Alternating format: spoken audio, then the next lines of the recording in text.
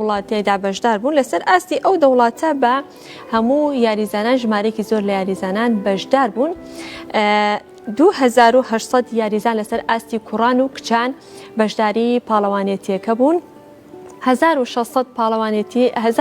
یاریزانیان کچان بوون، 1200 یاریزانیان کوڕان بوون. جا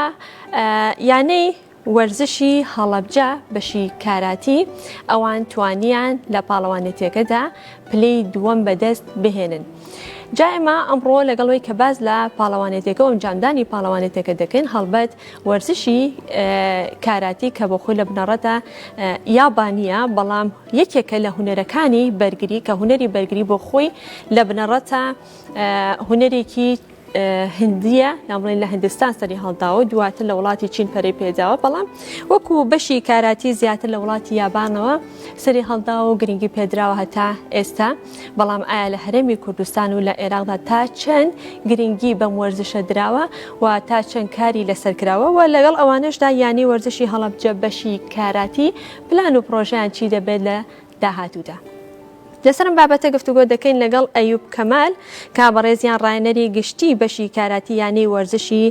هەڵەبجەن. مامۆستا ئەیوب بەیانیت باش و سپاس بۆ بەشداریکردن کە بە شێوەیەکی ڕاستەوخۆ لە هەڵەبجە و لەگەڵ ئێمەدا ئامادەی. سەرەتا پیرۆزباییمان هەیە بۆ بەدەستێنانی ئەو نازناوە ئەو پلە و دەستکەوتە. جا ئەگەر بکرێت سەرەتا لە پاڵەوانێتیەکەەوە دەست پێ بکەین، باسێکی پاڵەوانێتەکەمان بۆکوی ئاست و شێوازی بەڕێوەچوونی پاڵەوانێتەکە چۆن بوو،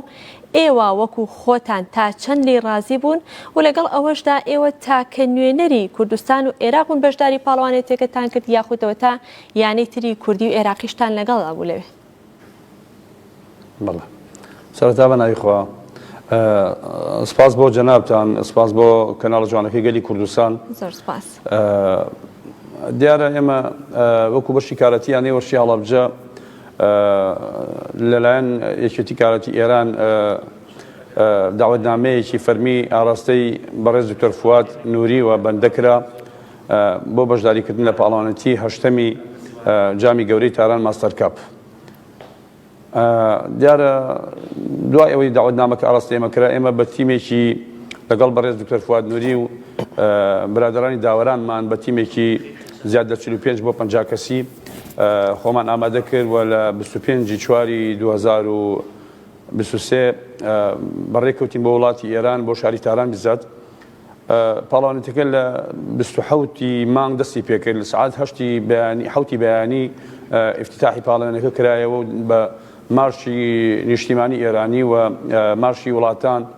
و وەستانی هەموو داوەران زیاد لە 250 داوەری نێودەوڵەتی و ئێرانی کە لە پاڵەوانێتەکە بەشداری و حزوریان هەبوو ئیفتتاحی پاڵەوانێتەکە کرایەوە. و دیارە پاڵەوانێتەکە پاڵەوانێتێکی زۆر گەورە و مەزن بوو لەسەر ئاستی نێودەوڵەتی دەوڵات بەشداری کردبوو. 1600 یاریزانی کچ لە هەموو پارێزگەکانی ئێران و دەوڵات بەشداریان کردبوو بە عێراقیشەوە کە ئێمە وەکو یانەی وەرزشی هەڵەبجە بەشدار بووین. بەڵێ. و 1200 یاریزانی کوڕ لەسەر ئاستی هەموو ئێران و هەر دەوڵاتەکە بەشداری کردبوو. ینی یەکەم جارە ئەوەی من بینی بێتم پاڵەوانێتەکانی تر ئێمە بەشداریمان کردووە، هەمان پاڵەوانێتی 4 و 5 و 6 و 7 بەشداریمان کردووە. بەم تەزەخومە بەم شێوازە گەورەیە یاریزان و حزوریتیان هەبووە. ئەم ساڵ دیارە زۆر بەهێز بوو پاڵەوانێتەکەەوە. پاڵەوانێتەکە لە هۆڵی داخراوی نێودەوڵەتی دانیشگای ئازادی ئیسلامی بەڕێوەچوو. چەندەم جارتانە بەشداری پاڵەوانێتی نێودەوڵەتی کرد مامۆستا ئەیوب؟ ئێمە ئەم پاڵەوانێتی دیارە پێنجەم جارمانە کە بەشداری دەکەین. بەڵێ ئەلبەتە جارێکیان سەردەمی کۆرۆنا بوو، ئێمە بە ئۆنلاین بەشداریمە ئەو پاڵەوانێتیمان کرد. جارەکانی پێشووتر دیارە لە ئەنجامی پاڵەوانێتەکە لە نتیجەی گشتی کوڕان و کچان پلەی سێهەمیمان بەدەستهێنا. ئێران دیارە خۆی بە تەزەخومێکی گەورەوە بە یاریزانێکی زۆرترین یاریزانەوە لە هەموو پارێزەکان کە بەشداری دەکات دیارە خۆی بەشی شێری بەردەکەوێت، دیارە لە پشتی شێری دەردەکەوێت، پلەی یەکەمی بەدەستهێنێت هەموو جارێ هەموو ساڵێک. بمانەوە نەمانوشێ زۆر بەهێزن لەسەر ئاستی جیهان. ئەوان ئێستا شانشانێن لەگەڵ یابان و لەگەڵ وڵاتە جلێهێزەکانی وەک ئیسپانیا وەکو فەڕەنسا و ئەمانە دەکەن. دیارە وڵاتی ئێران لە ئەنجامی پاڵەوانێتەکە یەکەمی بەدەستهێنا. ئێمە وەکو وڵاتی عێراق و کوردستان پلەی دووەمیمان بەدەستهێنا و جامی لە ئاستی کوڕان پلەی دووەمیمان بەدەستهێنەوە. لەسەر ئاستی کچان شێرە کچانمان توانیان زۆر بە شێوازێکی بەهێز دابەزن لە پاڵانەتەکەەوە سەری ئێمەش و سەری خۆشیان و شارەکەیشان و هەموو کورد و وڵاتەکەشمان بەرزکەنەوە. ئێوە بە تەنها مامۆستا ئەیوب تاکەیان نەبوون وەکو نوێنەری کوردستان و عێراق بەشداری پاڵەوانێتیەکە بوون؟ بەڵێ بەڵێ بەڵێ ئێمە دیارە تاکەیانە وەکو یانی وەرچی هەڵەبجە مەمەسیلی عێراق و کوردستان بووین لەو پاڵەوانێتیە. لەسەر ئەوەیش لەسەر ئەساسی ئەوەیە کە بەندە نوێنەری فەرمی ئەو سەبکەم کە بەڕێز ئوستاد خادمیان سەرۆکاتی دەکات. من نوێنەری سەبکەکەم لە وڵاتی عێراق و کوردستانە دیارە داوەتنامەکان ئاڕاستی بەندەوە دکتۆر فواد دەکرێت.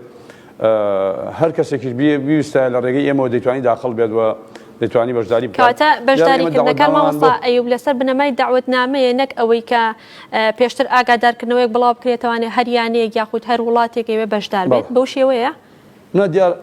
دیارە خۆی پاڵەوانێتەکە کراوەیە بەڵام بمانوێ نەمانوێ ئەوان شتی کاراتی ئێران ناتوان بەو هەر کەسێ و لە ئاستی خۆیەوە لە ڕێگەی خۆی بێ داخڵ بێت بە کۆمەڵە یاریزان ئەوە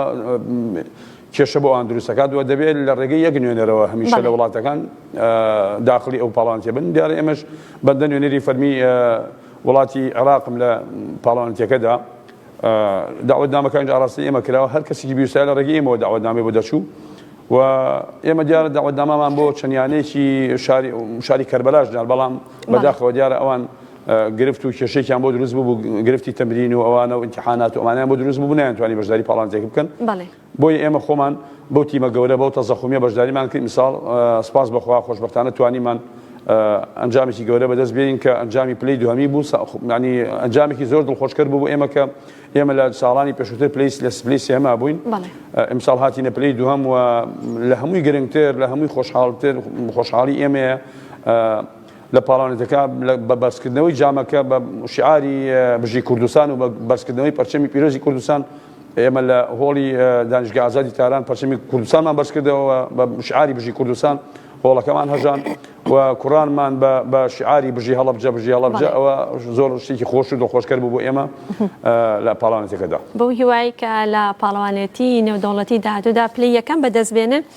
مامۆستا ئەیوب ئەو یاریزانانەی کە بەشداری پاڵەوانێتیەکە بوون تەنها یاریزانی کاراتی یانی وەرزشی هەڵەبجە بوون کە بەشداریتان کردبوو یا ئێوە توانی بووتان لەسەر ئاسی هەرێمی کوردستان و یارەکانی تریش یاریزان هەڵبژاردە بکەن و ئەو کادۆک و نوێنەرایەتی بەشداری پاڵەوانێتەکە بکەن؟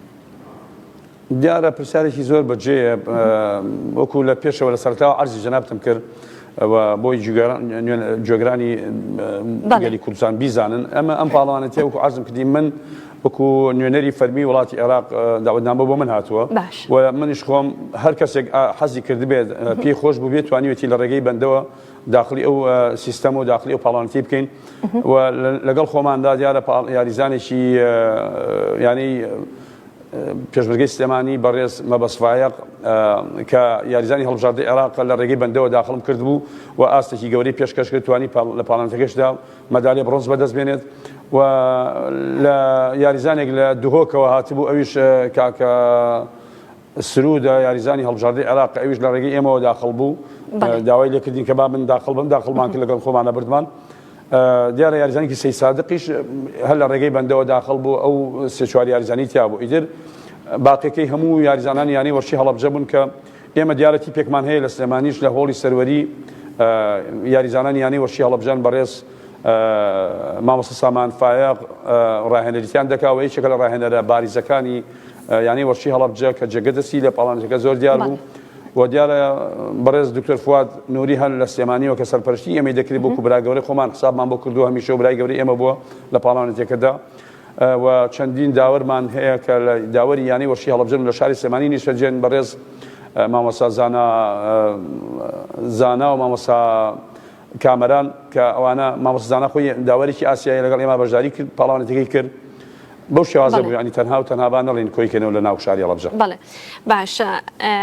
هەمیشە سەرکەوتوو بن و نمونەتان زۆر بێ مامۆستا ئەیوب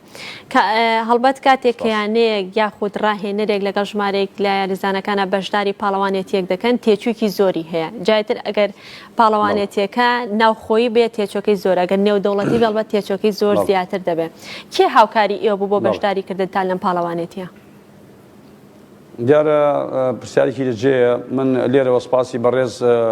کاقوبات تاڵەوانی دەکەم مامی بچوو کە بەڵێنی پێداوین کە هاوکاری تێچووی پاڵەوانیەکەمان بۆ بجێڕێتەوە و بە پشتیوانی و پاڵپشتی مادی جەنابیان ئێمە بەشداری و پاڵەوانیەکەمان کردووە لێرەوە سوپاسی دەکەین و دەستخۆشی لێ دەکەین هیوادارین هەمیشە و دایم چۆن هەمیشە پاڵپشت و پشتیوانی وەرزش و وەرزشکاران بووە گەنج و لاوەکانی وڵات بووە هەمیشە ئێمە چاوەڕێی شتی گەورەتری لێ دەکەین و چاوەڕێی ئەوە بکەین هەمیشە پشت و پەنا و پاڵپشتی گەنج و لاوەکان و کوڕ و کچەکانی شارەکەمان بێت لە ئایندەدا و دەستخۆشی لێ دەکەین دیارە ئەو هاوکاری مادی ئەمەی کردووە بۆ پاڵەوانێتەکە بۆ کوڕان و کچان جێگەی خۆشی دەستخۆشی لە ڕاوێژکارانی بەڕێزی بکەم کە کاگیمداد کاگ دانا و جەنابی نوخشەخان کە قایمقامی هەڵەبجە هەماهەنگ بووە لەگەڵمانە بۆ هاوکاریکردنەکە کە لەگەڵ کاکوبات ئامانجیان کردووە ئێمە دەستخۆشی لە هەمویانەکەین و سپاسی یەک بە یەکیانەکەین چاوی هەمویان ماچەکەمە. بەڵێ باشە مامۆستایب ئەگەر بینە سەر ئەنجامدان و بەشداریکردنتان لە پاڵەوانێتەکان لەسەر ئاستی ناوخۆی چ کوردستان و چ عێراقدا ئەو پاڵەوانێتیانی کە ئەنجام دراوە ئاستی ئێوە چۆن بووە چ لەسەر ئاستی کوردستان و لەسەر ئاستی عێراق هەڵبەت لە ماوەی ڕابردوودا پێم وابێ لە مانگی 2 لە مانگی 3 پاڵەوانێتی ئەنجام دراوە ئاستی ئێوە چۆن بوو لە پاڵەوانێتیانەدا؟ بەڵێ دیارە پرسیارێکی لەجێ ئێمە ساڵی پێشووتر کوڕانمان لەسەر ئاستی هەموو کوردستان تاکە پاڵەوانێتیەکە لە هۆڵی پارە ئۆلمپیکی سلێمانی کرایەوە بۆ یانەکانی کوردستان بە بەشداری بیزیانە شێرە کوڕانی یانەی وەرشی هەڵەبجە توانیان لە پاڵەوانێتەکە پلەی یەکەمی پاڵەوانێتەکە بەدەست بێن و جامی یەکەمی پاڵەوانێتی کوردستان بگەڕێنەوە بۆ یانەی وەرشی هەڵەبجە و لە پاڵەوانی دووهەم کە پاڵەوانێتی سەربەخۆ بوو بۆ کچان کرایەوە دیارە پاڵەوانانی یانەی وەرشی پێشمەرگە کچانی یانەی وەرشی پێشمەرگە توانیان لەو پاڵەوانێتی یەکەمی پاڵەوانێتیەکەی کوردستان بەدەست بێنن و کچانی ئێمە توانیان پلەی دووەمی پاڵەوانێتەکە و جامی دووەمی پاڵەوانێتەکە بگەڕێنەوە بۆ یانەی وەرشی هەڵەبجە ولا آخر پاڵەوانەتی دیارە ئەوە تەسفیاتی عێراق بوو تەسفیات و پۆلەنکردنی یاریزانان بوو بۆ هەڵبژاردەی عێراق ئێمە خۆشبەختانە زیاد لە 8 یاریزانمان سەرکەوتون بۆ پاڵاوتنی کۆتایی لە شاری بەغداد و ئێمە لەسەر ئاستی هەڵبژاردەی عێراق 4 یاریزانمان لە هەڵبژاردەی عێراقەوە تا ئێستا لە یازال هەڵبژاردەی عێراقن و لە نێویشدا کاکڕەوەندمان هەیە کە پاڵەوانی ئاسیایەوە تاکە یاریزانە لە مێژووی عێراقدا لە ژێر 21 ساڵ توانی بێتی مەدالیای برۆنز لەسەر ئاستی ئاسیا بەدەست بێنێ و دیارە ئەگەر هەڵە نەبم وێنەکەشی دوامەوە داکوتراوە لە هەوڵەکەدا دیارە ئێستا ئەوە پاڵەوانی ئاسیایەوە هەڵبژاردەی عێراقیشە و هەر لەم پاڵەوانێتی کە پاڵەوانێتی ماستەرکەب توانی ئاستێکی زۆر گەورە پێشان بدات و لە شانبەشانی پاڵەوانی ئاسیایی و نێودەوڵەتی کاکە مەبەسفایق کە هاوڕێی خۆشەویستی خۆمانە و عەزیزی خۆمانە هەردووکیان هەڵبژاردەی عێراقن و لەگەڵ کاکە باوان عەلی توانیان ئاستێکی زۆر گەورە و مەزن پێشان بدەن و هەموو ئێرانیەکان بە ئیعجابەوە سەیری یاریەکانیان دەکردن دیارە هەرچیان پاڵەوانی عێراق و ئاسیایی و نێودەوڵەتین و هەڵبژاردەی عێراق. مامۆستا ئەیوب مێژووی هونەری بەرگری و بەتایبەت وەرزشی کاراتی یان بڵێن یاری کاراتی لە هەڵەبجە گەڕێتەوە بۆ کەی ماوەی چەند ساڵە لە هەڵەبجە ئەم بوارە کاری لەسەر دەکرێت؟ دیارە ئێمە لە بەندە خۆم لە ساڵی 1992ەوە وەکو یاریزان و پاشان وەکو یاریدەدەری ڕاهێنەر و پاشان وەکو ڕاهێنەر تا ئێستا حزورم هەیە و ئامادەییم هەیە زیاد لە چارەکە سەدەیەکە من لەم یانە خۆشەویستە یانەکەی خۆمان ینی دایک یانی وەرشی هەڵەبجە دیارە خزمەتەکەین و خۆبەخشانە خزمەتەکەین بە بێمان دووبوون زۆر بە ڕەحێتێکی گەورەوە خزمەتەکەین و دڵخۆشین بەوەی کە توانیومانە لەسەر ئاستی شارەکەمان چەندین پاڵەوان پێ بگەینین و چەندین کچی پاڵەوان کوڕی پاڵەوان پێ بگەین بیدەین بە هەڵبژاردەی عێراق و ئاسیان بەرزکەینەوە بتوان بگەنە بتوان ببەنە خاوەنی عێراق. وەکو عەرزم کردی لە کوڕان و کچان دیارە کوڕانمان زیاد لە 8 یاریزانمان لە ئاستی هەڵبژاردەی عێراقن ئێستا تا ئێستا لە هەڵبژاردەی عێراقدان و کچانمان نزیکەی 10 یاریزانمان لەسەر ئاستی هەڵبژاردەی عێراقن بەڵام بەداخەوە دیارە هەڵبژاردەی عێراق بۆ کچان تا ئێستا نەیانتوانیوە کچان ببەنە دەرەوە بۆیە لە پاڵەوانێتەکان ئێمە هەمیشە پشکی شێرمان هەیە کچانی هەڵەبجە پشکی شێریان هەیە لە پاڵەوانێتەکانی عێراق کە لە ڕیزەکانی یەکەم و دووەمن. چ لەسەر ئاستی کچان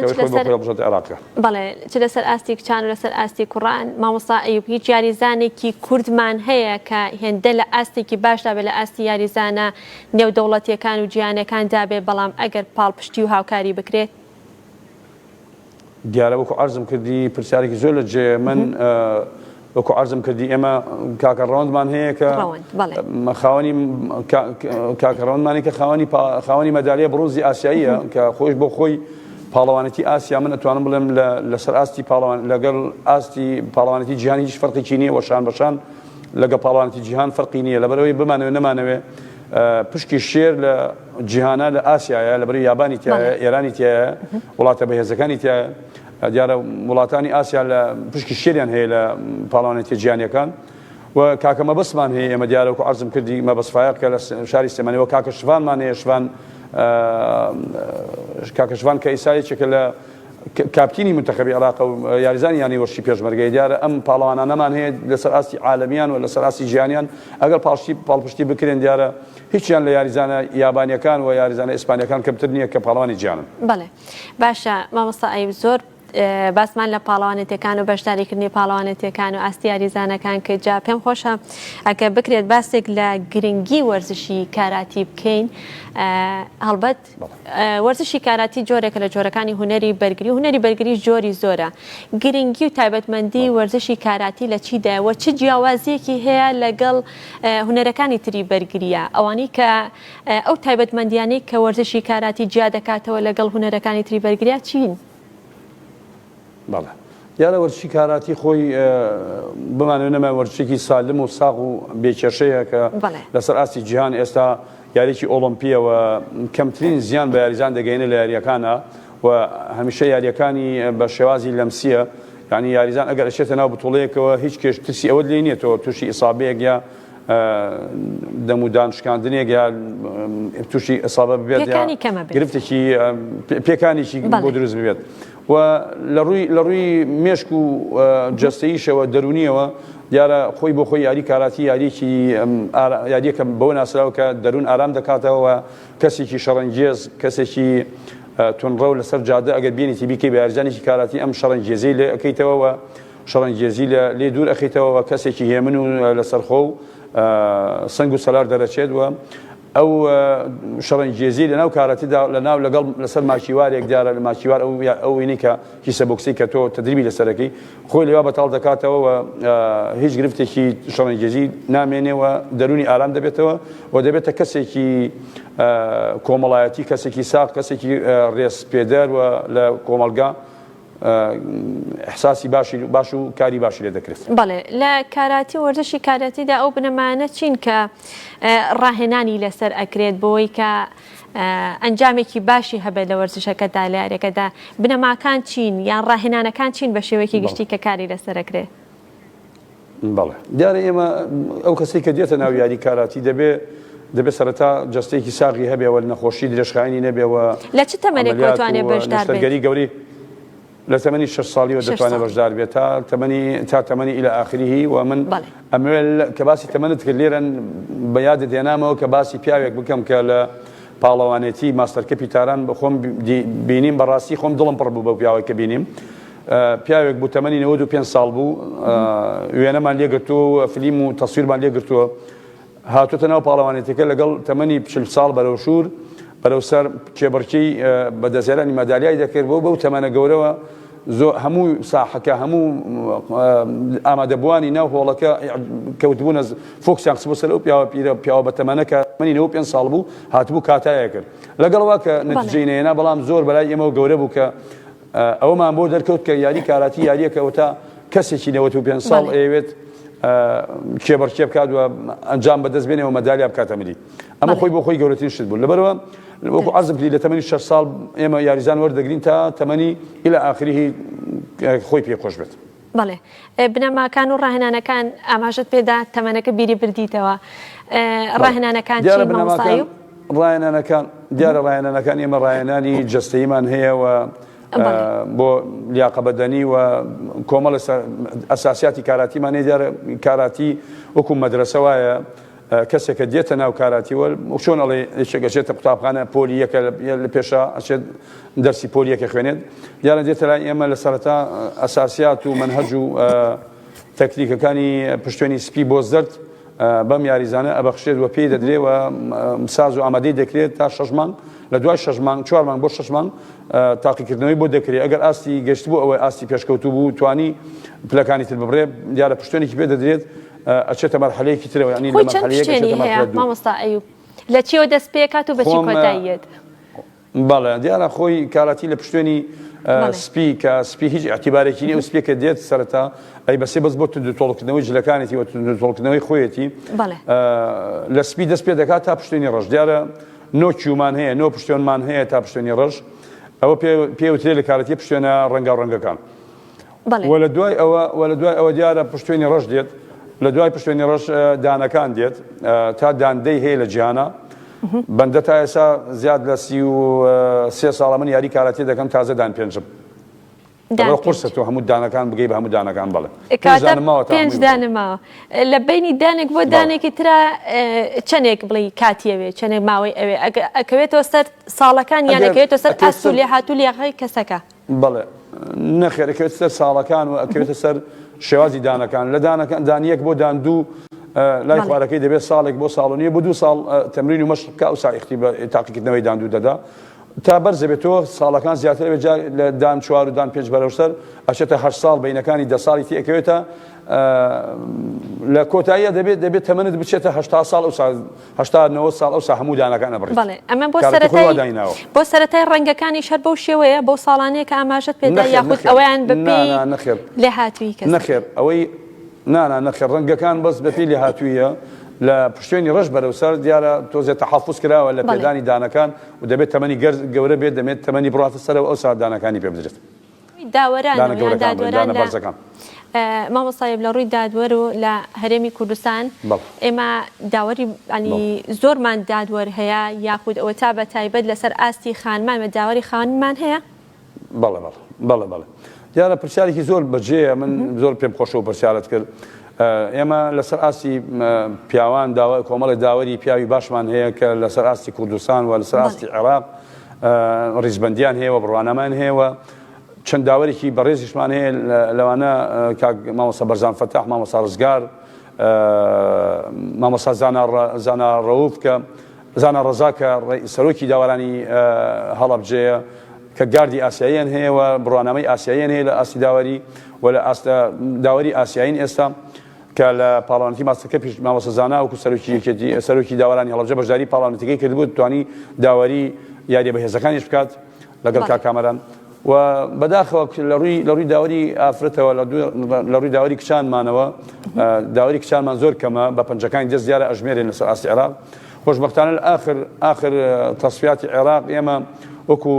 شاری هەڵەبجە وەکو یانی وەرچی هەڵەبجە 4 داوەری کچمان داخل کردووە پۆلێن کراون لەسەر ئاستی عێراق دەرەجەیەکی داوەریان وەرگرتووە و ئومێدمان لەسەریان هەڵچنیوە کە وەردە ئیشیان بۆ بکەین و خولی داوەری بەهێزیان بۆ بکەینەوە مامۆستا زانا ڕەوف بڕیاری داوە کە خولی بەهێزیان بۆ بکاتەوە زانیاری باشیان پێ بەخشە بۆی وەردە بگەنە ئاستی یەکەمی داوەری باشترین داوەری عێراق و باشترین داوەری ئاسیاوە بڕۆن بەرەو داوەری ژیانی. باشە مامۆستا ئەیوب ئەم وەرزشە یان بڵێن یاری کاراتی لە هەرێمی کوردستان و لە عێراق ئەگەر بە تایبەت لە هەرێمی کوردستانە باسکەین تا چەند گرنگی پێدراوە بە تایبەت لە ڕووی زانستی و لە ڕووی ئەکادیمیەوە تا چەند گرنگی پێدراوە لە پرۆگرامەکانی خوێندندا بە تایبەت خوێندنی زانکۆ جێگەی کراوەت و یاخود گرنگی پێدراوە بە تایبەت لە پەروەردە وەرزشیەکانە کاری لەسەر کراوە گرنگی پێدراوە؟ بەڵێ دیارە خۆشبەختانە سپاس بەخوا لە قوتابخانەکان ئێستا ڕێز و تەقدیری باش لە یاریزانانی ئەو قوتابیانە دەگیرێت کە لە یاری کاراتی ئەنجام دێنن و کە مامۆستا بەڕێزەکانیانەوە بەڕێوەبەرە بەڕێزەکان کە دەبینن خوێندکارێک لە وڵاتێک هاتووەتەوە لە پاڵەوانتیکی نێودەوڵی هاتووە ئەنجامی بەدەزێناوە یان مەدالێکی بەدەزێناوە ڕێزێنان و تەقدیسی دەکەن و پشتیوانی تەواوی بۆ دەردەبڕن و من لێرەوە دەمەوێت سپاسی مامۆستا کە باسی ئەوت کرد باسی قوتابخانەکان کە مامۆستا سۆران بەڕێوەبەری پەروەردەی هەڵەبجە دیارە من لێرەوە چاوی ماچەکەم هەمیشە و دایم وەکو بەڕێوەبەری پەروەردەی هەڵەبجە پشتیوان و پشتگیری یاریزانانی کاراتی کوڕان و کشانیانی وەرچی هەڵەبجە هەموو بەشەکان بووە لە شارەکەدا و بەنسبەت زانکۆکانیش خۆشبەختانەمە هەواڵێکی خۆشە و مژدەیەکی خۆشە کە من ڕای دەگەێنم ئەم ساڵ بەڕێز دکتۆر فواد نووری کە خۆی بەڕێزیان مامۆستای بەشی وەرشی زانکۆی سلێمانیە توانیان لەگەڵ بەڕێز مامۆستا سامان فایق و کۆمەڵی مامۆستای وەرزشی تر کە لە زانکۆی سلێمانی کۆلێژی وەرزشن توانیان یاری کاراتی وەکو دوانەیەکی فەرمی لە زانکۆی سلێمانی بچەسپێن و ئێستا خۆشبەختانە لە کۆلێژی وەرشی سلێمانی یاری کاراتی وەکو وانەیەک دەخوێنرێت. بەڵێ مامۆستایب لەگەڵ هەموو ئەم خاڵانی کە ئاماژەمان پێدا و قسەمان لەسەرکە پێم خۆشە باسێکیشی لە گرفتەکانی بەردەم وەرزشی کاراتی بکەیت لە هەرێمی کوردستانە و بە تایبەت بۆ یانی وەرزشی هەڵەبجە. ئەو گرفتانە چین لە بەردەم باشتر بەڕێوەچوونی کار و چالاکیەکانی ئێوەدا؟ بەڵێ دیارە بەداخەوە ئێڵێم گرفتی سەرەکیمان وەکو بەشی کاراتیانی وەرزشی هەڵەبجە گرفتی مادیە کە تا ئێستا بەداخەوە کەس هاوکاری مادی نەکردوین ئێمە و پشتگیری مادیمان نییەوە لە یانەکەشمان بەداخەوە یانەیەکی چۆنەڵی فەقیر و بێدەسەڵات و بێپارە و بێمادەیە و لەسەر ئاسی مەسئولین من داوا ئەەکەم ئێستا لێراوە و بزات داوا لە بەڕێز مامی بچوو کاقوبا دەکەم کە چۆن ئێستا هاوکار بۆ بڕیاری هاوکاریکردنی بەشتی کاراتی داوە ومێ دەکەین داوامان لێ کردو پێشتر دەرخستێکمان بە جەنابی داوە بۆ ئەم هۆڵی کە ئێوە قسەی لەگەڵا دەکەم. ئەم هۆڵە دیارە هۆڵی بەڕێز خوا لێ خۆشببوو مامە حەمەی فەرەج کە سەرکردەیەکی گەورەی ئەم وڵاتی خۆمان بوو کە کۆچی دوایی کردو ئێستا من لێرەوە ڕێز و سڵاوم هەیە بۆ گۆڕی بۆ گۆڕی پیرۆزیوە بۆ بنەماڵە بەڕێزەکەی و سپاسی ئەو بنەماڵە بەڕێزەکەم کە ئەم هۆڵیان خسوێتە بەردەست بەشی کاراتیانی وەرزشی هەڵەبجە. ئەم هۆڵە دیارە ئەوان کردویانەوە ئەم هۆڵە دیارە هۆڵێکی ئێستا هیچ ئەجیزەیەکی تیانەوە هیچ شتێکی وەرزشی تیانە بۆی کوڕان و کشانمان بتوان خۆیان باشتر ئامادەکەن و خۆیان باشتر ساز و ئامادە بکەن و ئومێد دەکەم بەڕێز جەنابی جێگری سەرۆکی حکوومەت کاقوبات وەکو چۆنی سا هاوکار بووە ئەم هاوکاریانی بەردەوام بکە ئەم هۆڵەمان بۆ تەجهیز کات کە ئێمە دەرخستەکەمان بە جەنابی داوە کاگیمداد کە ڕاوێژکاری بەڕێزانە ئێستا ئاگادارە کە دەرخستەکە لای جەنابیانە داوا ئەەکەین داوا لە بەڕێزیانەکەین بێن بەدەم ئەو داوەوە ئەم هۆڵەمان بۆ تەجهیز بکەنەوە بۆی کوڕان و کشانمان بتوانین ئەم ساڵی دووەمبوون ساڵی تر لە پاڵەوانێتەکانە پلەی یەکەمی بەدەستبێنەوە بتوانن سەری کورد و کوردستان و وڵاتەکەمان بەرز بکەنەوە بمانەوە نێشمانەوە وەرزش ناسنامەیە کە دەتوانێت لە ڕێگەی وەرزشەوە کولتور و گەورەیی و جوانی وڵاتەکەت و نەتەوەکەت پێشانی وڵاتانی تر بدەیت لە هەمووی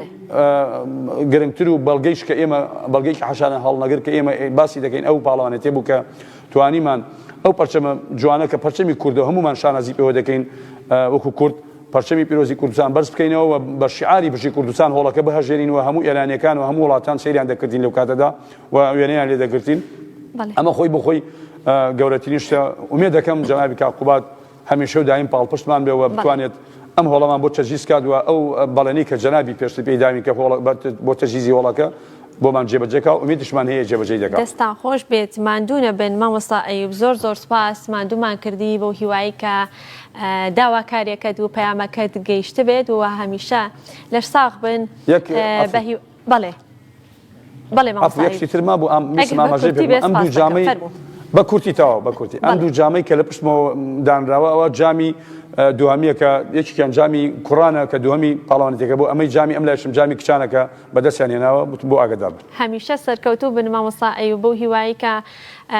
ئاستێکی بەرز نیشان بدەن و نازناوەکان بەدەستبێنن نازناوی گشت پاڵەوانێتەکان و بەتایبەت پاڵەوانێت نێودەوڵەتەکان ئینشەڵڵا لە پاڵەوانێتی داهاتووی نێودەوڵەتیدا بتوانن پلەی یەکەم بەدەست بێنن. زۆر سپاس بۆ مامۆستا ئەیوب کەمال کە بەڕێزیان ڕایەنەری گشتی بەشی کاراتی یانەی وەرزشی هەڵەبجەن و بەشێکی ڕاستەوخۆ لە هەڵەبجە لەگەڵ ئێمەدا ئامادە بووین. زۆر سپاس. دەچینە لایەکی